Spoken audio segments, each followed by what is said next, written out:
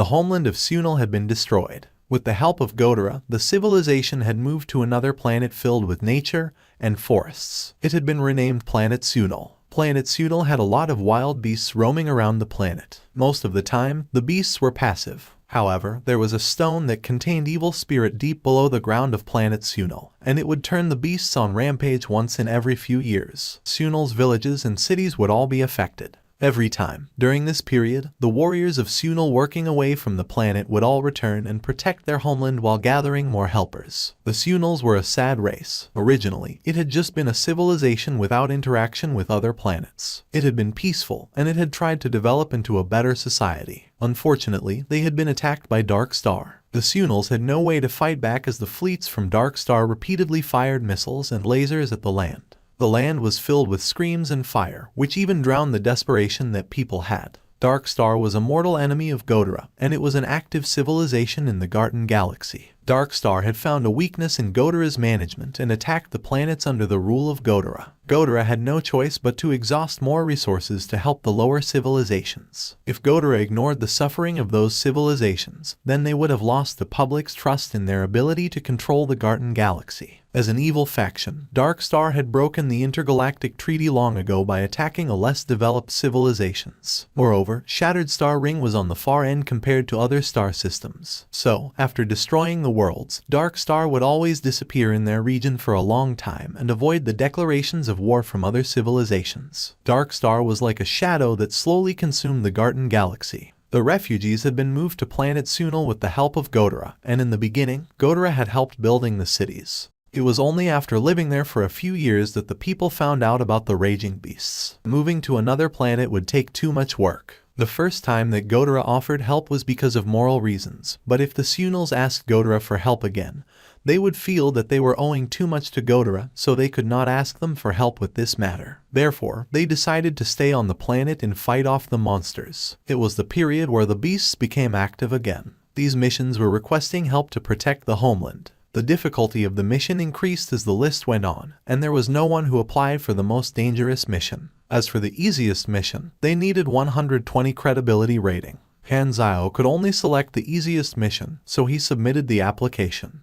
After 3 days, the group took a spaceship and arrived at Planet Sunil.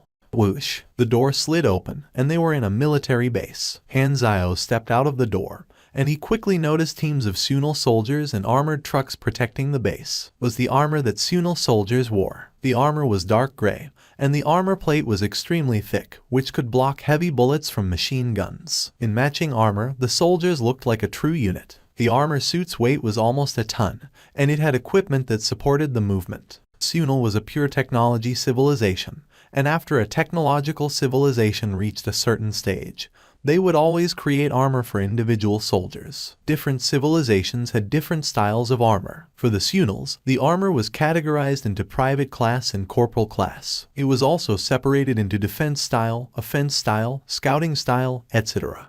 Other than the armor technology, there were large mechanical weapons, vehicles, and a few light spaceships. With all the machinery lying around, Xiao's eyes were shining, and he was looking forward to this place. A civilization that leaned toward pure technological progress was the best foundation for mechanic class, and this was one of the reasons that he wanted to come to Planet Sunil. Xiao had described the tragedy of the Sunils to them, so they had thought that it was a civilization on the brink of destruction. They had been expecting nothing but poor conditions and lagging technology, but the scene of this iron forest proved them wrong. The approaching Sunil seemed to be an officer as his face was stone cold, sending the aura of a soldier. I am B-12 Defense Team Captain Neville. I have already read through your information. Black Star, you will be the 1432th mercenary to join us. I hereby represent the Sunil people in welcoming you to our world. The catastrophe has not started yet, so please follow me to the mercenary resting area. Then I will assign you a specific mission. Neville kept quiet the entire way. Sunil soldiers were not known for their words, and everyone had on a grave expression, as if they did not even have time for idle chatter. They were all focused on their own missions. The metallic smell of the soldiers' armor filled the air, accompanied by an air of silence. The only sound that could be heard was the tanks that passed by occasionally. Sunils used to be known as a civilization that embraced life. Their people loved art and culture. However, everything had changed when the disaster struck. The survivors had been forced to throw away their previous identities and harden themselves. Neville stepped onto a platform and explained in a grave voice, "The forward scouts have discovered increasing signs of the rampaging beasts. You're here as our hired mercenaries, and we hope that you can all work together to help us overcome this obstacle." After a short speech, Neville got straight to the main point. This planet's underground contains pockets of prophecy stones. Prophecy stones can corrupt the souls of those around them, and the entire planet's mineral veins have been altered by these stones. This is the reason behind the beast's berserk and extremely aggressive nature. However, this isn't the main problem of the catastrophe. The energy contained within the prophecy stones will be released once every year in waves. This is the root problem behind the beast's sudden outburst. For unknown reason, this year's wave has arrived half a year earlier. Our specialized observation department predicts that the catastrophe waves will explode out in full force in around 7 to 13 days. Our enemy is every single beast on this planet. During the waves in the past, we only had to deal with smaller beasts during the initial 3 to 6 days. Then, as the battle reached the 10th day or so, the frequency and intensity of the beast raids would increase. The last 5 days would be the most dangerous period during the wave. By then, most of our vehicles and equipment would be damaged, and most our troops depleted. The beasts we would face then were also the strongest ever, which had been attracted from far away by the dense smell of blood due to the days of bloody battles. At this moment, a mercenary interrupted him and said, "You have tanks, airplanes, and even space battleships. Wouldn't killing these beasts be more like a slaughter?" Neville gave the man a cold glance. "You will understand when the wave comes." The mercenaries were provided with accommodation in the military base. However, Xiao needed to enter the city to complete the subclass requirements. "I want to register to enter the city." "Why would you enter the city?" "I have some private matters to deal with. I have a friend in town to visit." "No. To prevent any unwanted accidents, mercenaries are never allowed into the city. You are only allowed to stay in the base outside of combat. You cannot use this reason to enter the city. However, your friend can come out to visit you." Xiao was not sure what to do. The storyline character whom he wanted to meet did not know him at all. There was no way that he would come out to visit him. Did he really have to sneak in? He had the face disguising tool in his Night Stalker subclass. The chances of sneaking in successfully were quite high. Right. Just then, a gust of wind descended from the sky, and several beams of light landed on the ground. An airship hovered some distance in midair and released down a spiraling set of stairs. One Sunil Super after another walked down from the ship. They were all Sunil mercenaries who had been working hard to earn money away from the planet,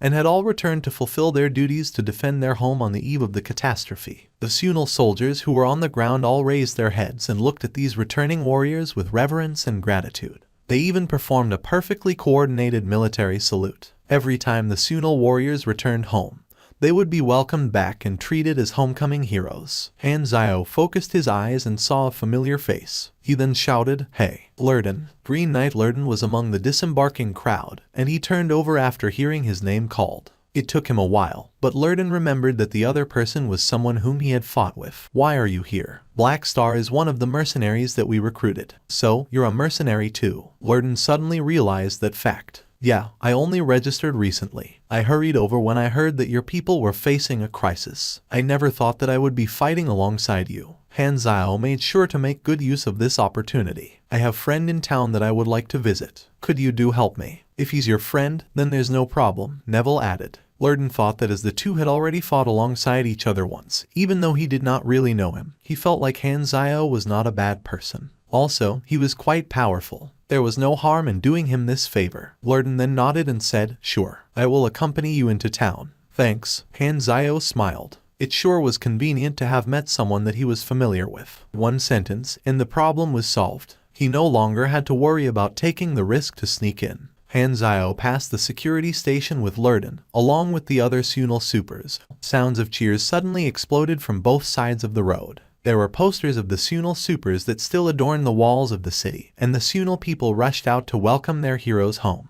The upcoming catastrophe instilled horror in people's hearts, but the people on the street currently had broad smiles on their faces, as if the Supers had driven off their fear. "Under regulation, I need escort you into the city," Lurden said. "It seems like your civilization really worships the Supers," Xiao commented. "It's more like gratitude rather than worship," Lurden replied calmly. "After our race faced sudden change and migrated to this planet, we still don't have enough power to stand on our own. The efficiency of resource gathering is too slow for us to sustain our consumption, and we needed to purchase a lot of materials from the galaxy. Therefore, our expenses are greater than our production. In order for us to survive, supers that are strong enough will head into the universe and become mercenaries. Most of their rewards are sent home, and it is the main source of economic income. There was no way for this civilization to build enough weapons to fight the catastrophe. Xiao had a better understanding of the situation. The Sunil was a civilization in crisis. They could only temporarily rely on strong individuals, such as the supers, to support the entire economy of the race. That was why the people treated the supers like heroes, and one held great honor if one was a super. Xiao still remembered that Lurden was extremely cheap. In reality, Lurden gave all his income to the race, so he tried to spend as little as possible, all to contribute more to the race. It will bring disastrous effects if this civilization keeps on relying on the supers. Lurden nodded. Once the food chain is destroyed, the entire planet will face an inevitable death. Thus, we chose another way, trying to excavate the prophecy stones and deal with the cause of catastrophe once and for all. The project has been going on for years, and we are cleansing the stones bit by bit. One day, the psychic current will disappear, and the race will never have to face the tragedy of the catastrophe again. Lurden's face let out a sense of hope. There's always light at the end of the tunnel. Xiao had a decent impression of the Sunils. They were a resilient race with the supers carrying more and more responsibility in order for the civilization to live on. What a pity. Xiao sighed as he remembered the fate of the Sunils in the previous world. Xiao used his distorted memories and finally reached an alleyway after circling around. He stopped in front of a black narrow door, and a wine glass was hung on the sign. A bar. The person you want to visit is here. Lurden frowned. Do you have problem with that? No. Lurden remained expressionless. He looked down on people who spent their money for leisure as he thought that it was being wasteful of their money and their life. After all, he had lost his right to enjoy his life. They pushed open the door and walked into the bar. The bar was dim, and there were not any customers. The city was in an emergency state, so no one had the guts to get drunk in a bar. Xiao walked in front of the counter, and a soft snore came from the back of the counter. The great mechanic Han looked over and saw a man sleeping with his head on the counter. He was well asleep alongside a pile of empty bottles. The item for activation was called. Delvis was a famous ordnance engineer before the Sunil race was attacked. He created a lot of inventions for military equipment, and he wrote all his thoughts in his journal. After Dark Star attacked, Delvis died in the battle, and the journal was handed to Hurless. Xiao wanted to borrow the journal from Hurless to change his class. Xiao touched the journal, and the interface popped out a hint. You obtained. He had finally obtained it. Xiao suppressed his excitement as he opened the diary. He acted like he understood everything, but the journal was written in the Sunil language, which looked like cursive English. However, it did not matter if you don't know the language. The interface showed a progress bar, and as long as he finished reading the book, he could change his class. Through the normal mission, one needed to be extraordinarily lucky to obtain the journal. The procedure to obtain the journal was complex, since no one knew the identity of Hurless. Most people would not think that a stranger working in a bar was that man. Most of the time, the players would only find out about the journal by becoming friends with Hurless and drinking with him. Only then would Hurless start talking about his brother when he was drunk. However, Xiao knew the information, so he directly cut to the end without going through the complicated procedure. He had finally gotten the subclass, and the explosive amount of experience points could finally be used. You obtained the class LV1. Plus 1 end, plus 3 INT, plus 1.5% machinery affinity, plus 2 free attribute points, plus 1 potential point. You acquired the skill. You acquired the skill. There was a chain of effect between Ordinance Engineer and Mechanic class. The skills and attributes perfectly fit with the Mechanic class, and this subclass was equivalent to half of the main class. The levels used for this type of subclass were used at their maximum potential value. Ordnance meant war machinery such as turrets, armor, shields, and so on. This subclass would provide additional buffs when creating and using war machinery. Xiao pulled out the stack of experience that he had accumulated and spent it all on those two skills. LV10. When creating or modifying war machinery, the status of equipment increases by 8%, 14%. Note, the buff is based on the original status and does not include statuses from other buffs. This is the same as having another power boost for the machinery. Xiao nodded and looked at the other ability, which he valued the most. You have been enlightened. When building new war machinery, plus 30% success rate when building a new production line, plus 10% quality of production line, minus 18% resource costs, and plus 20% speed of production. Productivity was the essence of this subclass. A mechanic had multiple stages in their development, and each of them was indicated by certain benchmarks. One of them was fast building while fighting, which was one of the reasons the mechanic became powerful in version 3.0. As for the assembly line, it was the mark of the later stages. Mass production was a vital step to develop the most explosive, most brutal, and most costly tactic, which was known as the rush strat. For normal mechanics, they would use the best weapons made out of the best materials. For mass production, the equipment created had low quality, although the difference in quality would increase between normal mechanics and mechanics that used mass production. The latter could stack up an uncountable amount of machinery and suppress the enemy with numbers. Mechanics and mages were two powerful classes in the later stage. The rush strat from the mechanic and the summon rush strat could turn a one-on-one battle to survival against a zombie horde. These two battle styles ruined the game experience as exceedingly few players could win against them. However, even though these two strategies were strong, the cost was obscene. After leaving the bar, Xiao and Lurden wandered in the forest city. The sky was filled with stars, and the gentle light from the stars rested on their shoulders. Even though this planet was a dangerous place, it had magnificent views. Xiao recalled a quote. "The most dangerous things often has the most beautiful appearance." "Where are you going?" Lurden asked. "Just walking around." "Then let's get out of here and head to the base." "Is there nothing for you to do here?" Xiao asked. "Like going back home." Lurden shook his head. "I don't have a family." Xiao stroked his shin and said, "What mission do you have?" "Frontline combat." "That's the most dangerous job." You supers had already given your money earned from your blood, sweat, and tears to the race, and you still have to go on such a dangerous mission. No wonder you are viewed as heroes. Lurden left to join the forward reconnaissance forces on his own, and Xiao could only sit and wait inside the military base. However, he had already met his objective for the subclass, so there was no longer any need to enter the city again for now. That day, ear-piercing sirens sounded throughout every single corner of the base. Everyone was already familiar with what that sound signified. Enemies had attacked. The atmosphere in the base suddenly grew tense. The Sunil soldiers ran back to their respective positions in uniform steps, and the mercenaries were also able to quickly find their way back into their groups due to the previous day's training. Different kinds of tanks and armored vehicles were all started up, and a dizzying number of anti-gravity turrets floated into the air. 9 Galactic-class battleships slowly took off into the sky, causing ripples of sand and wind to spread around the area. They were like 9 fortresses in the air that guarded the skies above Forest City, each facing a different direction. The beasts' roars were like thunder, and the trees toppled in swaths to reveal beast hordes as far as the eye could see. The beasts trampled over each other and charged over as if they had gone mad. It was as if a tide of darkness was washing toward them, quickly filling up their vision. Just this scene alone terrified the hearts of many of those who were present. "Open fire," an officer desperately yelled. Boom. At the next moment, the countless artillery installations around the defensive circle all opened fire at once, causing ear-shattering explosions all over. The catastrophe had arrived.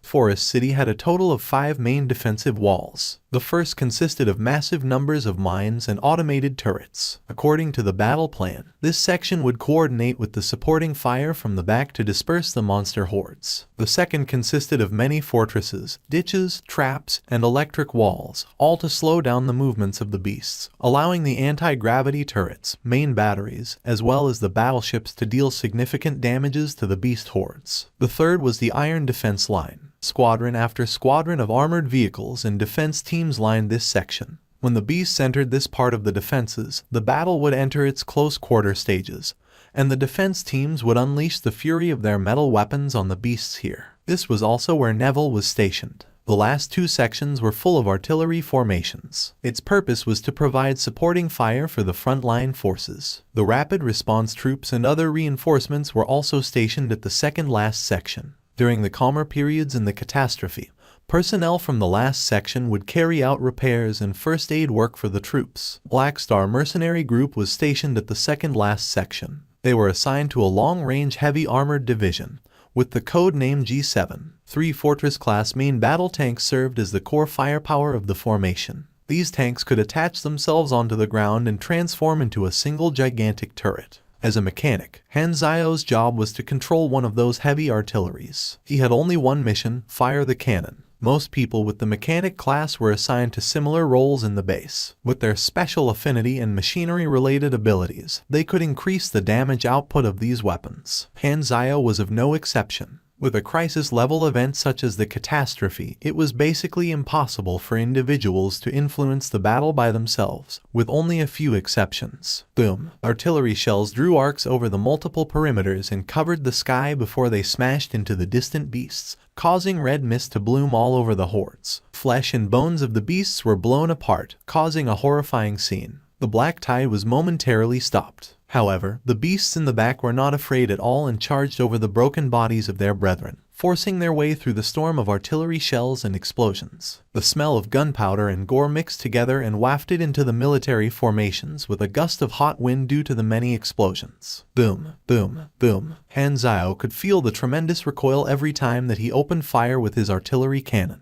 He fired shot after shot as he watched the shells drew a blazing arc before landing in the middle of the beasts thousands of meters away, blooming like an orange flower in the middle of the black tide. He was starting to feel the thrill of freely firing this massive piece of artillery. The black tide was stopped short at the first perimeter. The blanket of covering fire from the back covered every single inch of ground that the beasts were on, and they could hardly advance without leaving behind rivers of their own blood. A newbie mercenary, who was firing his assigned artillery next to Xiao, said casually, "So, the Catastrophe isn't a big deal. The beasts can't even get in." Xiao gave him a glance, but he did not say anything. This greenhorn most likely did not pay attention to when the Sunils briefed them on the beast hordes. This was only the first wave and only consisted of the smaller-sized beasts. The artillery bombardment lasted 4 whole hours before slowing. The support troops quickly rushed through the battlefield to resupply the combat troops. Flamethrower units were also sent out to burn away all the blood and gore on the plains to prevent any disease or sickness from spreading.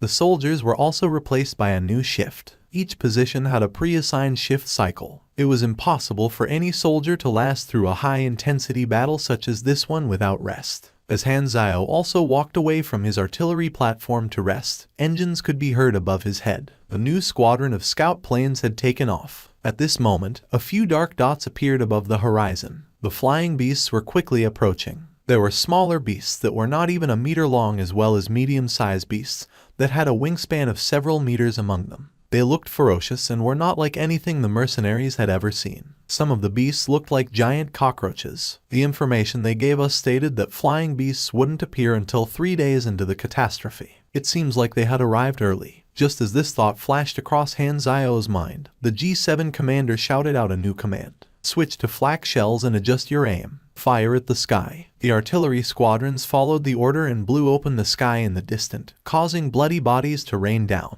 The fighter planes flew to a higher elevation to shake of the aerial beasts, and launched missiles that drew orange arcs through the air. The fighter planes were equipped with a simple energy barrier. The first wave of aerial beasts was only capable of using their sharp claws and teeth, and were unable to do much other than make screeching noises as they scratched at the barriers. The fighter planes dashed in and out of the beast swarms, looking like medieval knights that charged through infantry units. This battle was already on the scale of a massive surface battle. Time seemed to pass by quickly amid all the intense fighting. At first, the mercenaries fought in a laid-back manner. However, after 3 short days, as the beasts increased in number and size, they could not laugh anymore. The continuous fighting had started to draw out the fatigue from everyone. Xiao did his best to fulfill his own responsibilities and played the role of a gear in a giant war machine.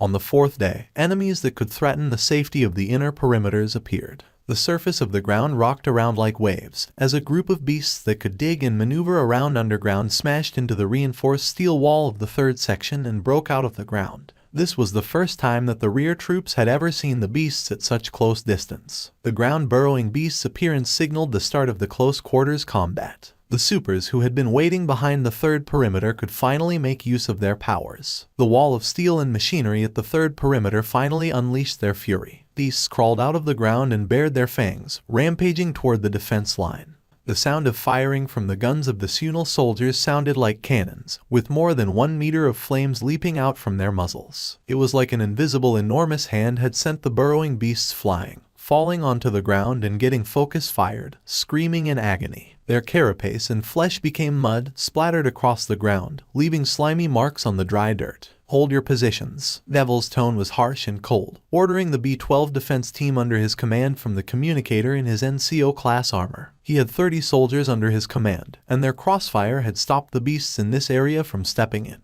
During the gaps between firing, Neville looked around. This wave of burrowing beasts did not cause much trouble. Some armor had been damaged, but no one had died or been injured. Thank you for watching. Subscribe and enable notifications so you don't miss the next chapter.